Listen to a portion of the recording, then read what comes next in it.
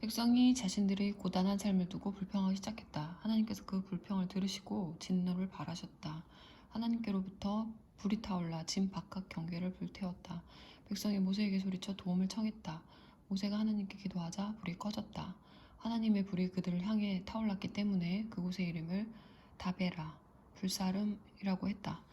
백성 가운데 있던 어중이 떠중이 무리가 탐욕을 뿜자 이웃국 이스라엘 백성도 울며 불평을 터뜨렸다. 어째서 우리는 고기를 먹을 수 없는 거지? 이집트에서는 오이와 수박, 부추와 양파와 마늘은 말할 것도 없고 생선까지 공짜로 먹었는데 말이야. 여기에는 맛있는 것이 하나도 없다. 우리가 먹을 것이라고는 온통 만나뿐이다. 만나는 씨앗 모양이었고 겉은 송진처럼 반들반들했다. 백성이 돌아다니며 그것을 모아서 맷돌에 갈거나 절구에 넣어 곱게 빻았다. 그런 다음 냄비에 넣어 익힌 후에 빚어서 과자를 만들었다. 그 맛은 올리브 기름에 튀긴 과자 맛 같았다. 밤에 이슬이 진 위로 내리면 만나도 함께 내렸다. 모세는 온 집안이 저마다 자기 장막 앞에서 울며 불평한 소리를 들었다. 하나님께서 크게 진노하셨다. 모세는 사태가 심각하다는 것을 깨달았다. 모세가 하나님께 아뢰었다. 어찌하여 저를 이렇게 대하십니까? 제가 이런 대접을 받을 만한 일을 하나님께 한 적이 있습니까? 제가 이들을 낳았습니까? 제가 이들의 어미라도 된다는 말입니까? 어찌하여 이 백성의 무거운 짐을 저에게 지우십니까? 왜 저에게 아이를 품은 어미처럼 이들을 안고 다니라고 하십니까? 어찌하여 이들의 조상에게 약속하신 땅에 이르기까지 이들을 안고 가라고 하십니까? 이 백성이 모두 고기가 먹고 싶으니 고기를 주십시오 하며 불평하는데 이들에게 줄 고기를 제가 어디서 얻을 수 있겠습니까? 이 일은 저 혼자 할 수 있는 일이 아닙니다.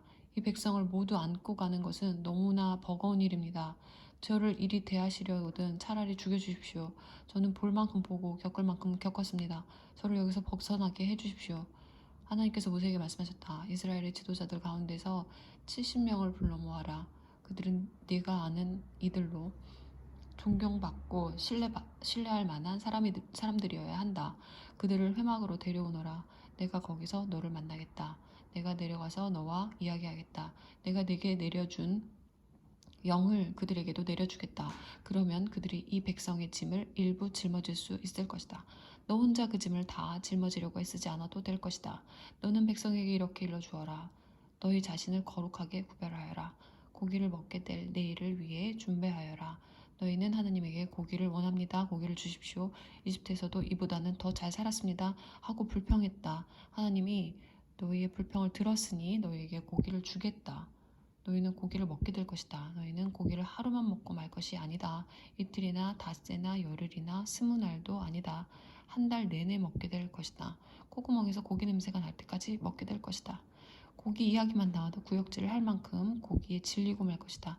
너희 가운데 있는 하나님을 너희가 거부하고 그 얼굴을 향해 아이고 우리가 어쩌자고 이집트를 떠났던가 하면서 불평했기 때문이다. 모세가 아뢰었다. 제가 이 자리에 서 있지만 지금 이 자리에는 걸어 생진하는 장정 60만 명이 저를 둘러싸고 있습니다. 하나님께서는 내가 그들에게 고기를 주겠다. 한 달 동안 매일 고기를 주겠다고 하시는데 그 고기가 어디서 나온단 말입니까? 양떼와 소떼를 다 잡는다고 한들 넉넉하겠습니까? 바다의 고기를 다 잡는다고 한들 충분하겠습니까? 하나님께서 모세에게 대답하셨다. 그래서 너는 내가 너희를 보살피지 못할 것이라고 생각하느냐? 이제 너는 내가 말하는 것이 너희에게 일어나는지 안 일어나는지 곧 보게 될 것이다. 모세가 밖으로 나가서 하나님께서 하신 말씀을 백성에게 일렀다. 그는 지도자 70명을 불러 모아 그들을 장막 위에 주위에 세웠다. 하나님께서 구름 가운데 내려오셔서 모세에게 말씀하시고 모세에게 내린 영을 70명의 지도자들에게도 내려주셨다. 그 영이 그들에게 내려와 머물자 그들이 예언을 했다. 그러나 예언을 계속하지는 못했다. 그것은 단 한 번 일어난 일이었다. 한편 두 사람 곧 엘닷과 메닷이 진 안에 남아 있었다. 그들은 지도자 명단에 들어 있었지만 장막으로 가지 않고 진에 있었다. 그런데도 영이 그들에게 내려와 머물렀고 그들도 진에서 예언을 했다. 한 젊은이가 모세에게 달려와서 알렸다. 엘닷과 메닷이 진에서 예언하고 있습니다. 그러자 젊은 시절부터 모세의 오른팔 역할을 해온 눈의 아들 여호수아가 말했다. 나의 주인 모세여, 그들을 말리셔야 합니다. 그러나 모세는 이렇게 말했다. 내가 나를 위해 시기하는 것이냐? 나는 하나님의 백성이 다 예언자가 되었으면 좋겠다. 하나님께서 모든 백성에게 그분의 영을 내려주셨으면 좋겠다. 모세와 이스라엘의 지도자들이 진으로 돌아왔다. 하나님께서 일으키신 바람이 바다에서 메추라기를 몰고 왔다. 메추라기가 진 안에 90cm가 가량 쌓였고 진 밖으로는 사방에 하루길 되는 거리까지 쌓였다. 그날 낮과 밤과 그 다음 날까지 백성이 나가서 종일토록 메추라기를 주워 모으니 그 양이 상당했다. 그들 가운데 가장 적게 거둔 사람도 2200리터를 모았다. 그들은 그것들을 진 사방에 널어 말렸다. 그러나 그들이 메추라기를 씹어 미처 한 입 삼키기도 전에 하나님께서 백성에게 크게 진노하셨다. 하나님께서 그들을 끔찍한 전염병으로 치셨다. 결국 그들은 그곳을 기브롯 핫다와 탐욕의 무덤이라고 불렀다. 그들은 고기를 탐한 백성을 그곳에 묻었다. 그들은 기브롯 핫다를 떠나 하세롯으로 행진해 갔다. 그들은 하세롯에 머물렀다. 모세가 아내로 맞아들인 구스 여인 때문에 미리암과 아론이 뒤에서 모세를 비방했다. 그들이 말했다. 하나님께서 모세를 통해서만 말씀하시냐? 우리를 통해서도 말씀하시지 않느냐? 하나님께서 그들이 하는 말을 들으셨다. 모세는 아주 겸손한 사람이었다. 그는 이 땅에 사는 어떤 사람보다도 겸손했다. 하나님께서 갑자기 모세와 아론과 미리암 사이에 개입하셨다. 너희 셋은 회막으로 나아오너라. 그들 셋이 나아오자 하나님께서 구름 기둥 가운데 내려오셔서 장막 입구에 서 계셨다. 그분께서 아론과 미리암을 부르셨다. 그들이 나아가자 하나님께서 말씀하셨다. 너희는 내가 하는 말을 잘 들어라. 너희 가운데 하나님의 예언자가 있으면 나는 환상으로 나 자신을 그에게 알리고 꿈속에서 그에게 말할 것이다. 그러나 나의 종 모세에게는 그렇게 하지 않는다. 그는 나의 집 어디든 마음대로 드나들도록 허락받은 사람이다. 나는 그와 직접 친밀하게 말하고 수수께끼가 아닌 분명한 말로 이야기한다. 그는 하나님의 참모습을 깊이 헤아리는 사람이다. 그런데 어찌하여 너희는 존경이나 경의를 표하지 않고 나의 종 모세를 비방하는 것이냐? 하나님께서 그들에게 진노하고 떠나가셨다. 장막을 덮고 있던 구름이 거치니 미리암이 나병에 걸려 피부가 눈처럼 하얗게 됐다. 아론이 미리암을 살펴보니 영락없는 나병 환자였다. 아론이 모세에게 말했다. 나의 주인님, 우리가 어리석게 생각 없이 지은 죄 때문에 우리를 가혹하게 벌하지 마십시오. 제발 미리암을 몸이 반쯤 썩은 채 모태에서 죽어 나온 아이처럼 저렇게 두지 마십시오. 그러자 모세가 하나님께 기도했다. 하나님 미리암을 고쳐주십시오. 부디 미리암을 고쳐주십시오. 하나님께서 모세에게 응답하셨다. 미리암의 얼굴에 그녀의 아버지가 침을 뱉었어도 그녀가 7일 동안은 부끄러워해야 하지 않겠느냐? 그녀를 7일 동안 진 밖에 격리시켜라. 그런 뒤에야 그녀가 진으로 돌아올 수 있다. 그리하여 미리암은 7일 동안 진 밖에 격리되었다. 백성은 그녀가 돌아올 때까지 행진하지 않았다. 백성은 그녀가 돌아온 뒤에야 하세롯에서 출발하여 바란 광야에 이르러 진을 쳤다.